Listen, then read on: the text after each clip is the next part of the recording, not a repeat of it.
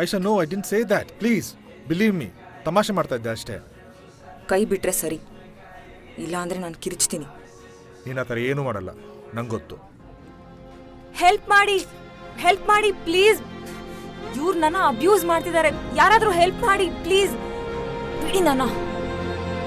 Hello boss, ಕೈ ಬಿಡ್ರಿ ಅವ್ರದ್ದು. ನೀವ್ಯಾರೇ ಅದನ್ನು ಕೇಳೋದಕ್ಕೆ?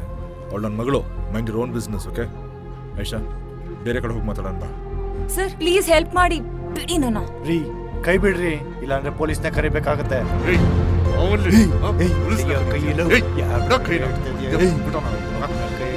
ನಾಚಿ ಆಗಲ್ವಾ ನಿನ್ಗೆ? ಕೈ ಇಲ್ಲಾಂದ್ರೆ ಅಷ್ಟೇ. ಏನೋ ಮಾಡ್ತಿದ್ದೀರಾ? ಬಿಡ್ರ, ಇದೇನು ನಿಮ್ಮ ಮನೆ ಅನ್ಕೊಂಡಿದ್ದೀರಾ? ನಡಿ ಆಚೆ ನಡಿ.